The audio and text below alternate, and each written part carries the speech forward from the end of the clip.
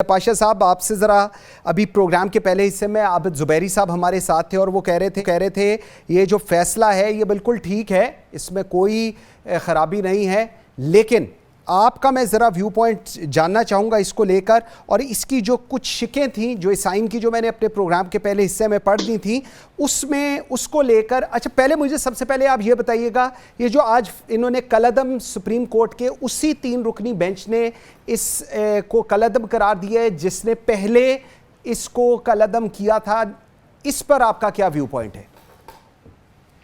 देखें, बड़े अरसे से एक चीज़ तवातुर के साथ आ रही है कि एक मखसूस बेंच बनता है मखसूस केसेस के लिए, तो ये भी एक उसी चीज़ की कड़ी है।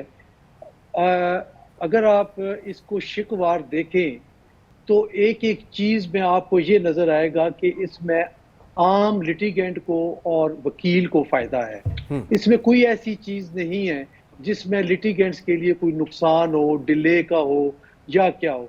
बड़े अरसे से बार काउंसिल्स, असल में मैं थोड़ा सा ज़ुबैरी साहब अब नहीं है, चले गए हैं, मुनासिब नहीं लगती बात।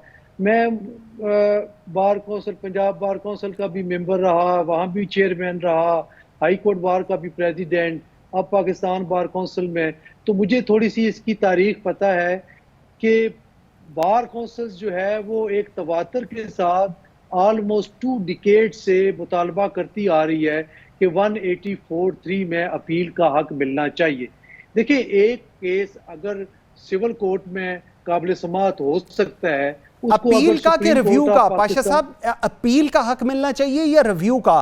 क्योंकि अभी पहले इससे अपील का, जी, अच्छा अपील का, ओके जी, अपील का हक, ये चूंकि इसमें जो रिव्यू दी गई है कि इसको एज अपील कंसिडर किया जाएगा, इसी वजह से इसको लार्जर बेंच जो है वो समाअत करने के लिए, और वो जजेस उसमें शामिल नहीं होंगे जो इनिशियली इसका फैसला करेंगे।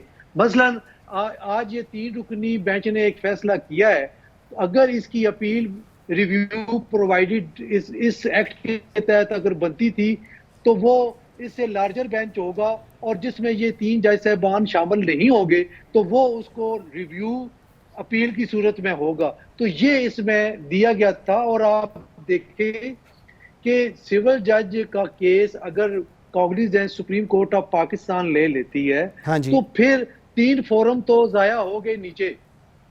एग्रीड पार्टी के पास क्या रेमेडी है, मां सिवाय ये कि वो बैठ जाए और अल्लाह की अदालत में अपील कर सकता है, इसके अलावा और कुछ भी नहीं है।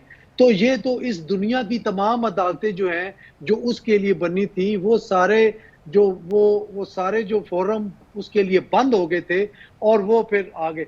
एक मिसाल मैं आपको देता चलूं, हालिया सबका जो माजी करीब में एक हुआ, ये कराची में नस्ला टावर का केस जी जी, है, उसमें आपने देखा होगा कि 184(3) की जो है वो कॉग्निजेंस ली honourable supreme court of Pakistan ने, और उसको गिराने का हुक्म दे दिया। मैं बिल्कुल, हो सकता है वो ठीक फैसला और वो एनक्रोचमेंट की गई हो, लेकिन जो वहां पे सैकड़ों घर रह रहे थे, सैकड़ों लोग बिल्कुल ठीक इस्तेमाल है। कर रहे थे, किसी का घर था, किसी का ऑफिस था, आपने उनको यक जुम्बिशे कलम उनको सड़क पे लेके आए, उनकी कहीं सुनवाई नहीं हुई, उनको कहीं अपॉर्चुनिटी नहीं दी गई, उनको कोई फोरम उनका केस लेने को तैयार नहीं था कि जी 184(3) की आर्टिकल इन्वोक हो चुका है और सुप्रीम कोर्ट के बाद और कोई अदालत नहीं सुन सकती।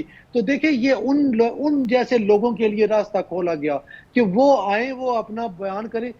अगर कोई रिलीफ नहीं भी बनता, इंसानी हवाले से देखा जाए काई साहब, तो कुछ कथारसिस हो सकता है। अच्छा ठीक है, लेकिन पाशा साहब, बीइंग अ ये चेयरमैन, तसल्ली से दिल, ठीक, जी, बीइंग अ हाँ, चेयरमैन पाकिस्तान बार काउंसिल, अगर मैं ये कहूं कि एक जुमले में आप क्या इस पर कमेंट करना चाहेंगे, मुझे जरा वो बताइएगा ताकि हम इसको थोड़ा सा आगे लेकर चलें। जी जी, आपका सवाल बीच में कट हो गया, जरा दोबारा मैं दोहराएंगे। कह रहा हूं कि अगर मैं आपसे यह कहूं as a chairman Pakistan bar council, एक जुमले में इस फैसले को जिसको इन्होंने कलअदम करार दिया है इस पे रिमार्क्स दें, तो आप क्या देंगे? मैं इस पे ये दूंगा कि ये बहुत हर्डली ये फैसला किया गया और पार्लिमान की डोमेन में अमाउंट्स टू इंटरफेरेंस। और इसमें जो इम्पोर्टेंट बात है कि पार्लिमान ने जब ये कानून साजी की तो उस वक्त के लॉ मिनिस्टर ने पाकिस्तान बार कौंसिल के साथ एज स्टेक होल्डर रब्ता किया, मीनिंगफुल कंसल्टेशन की।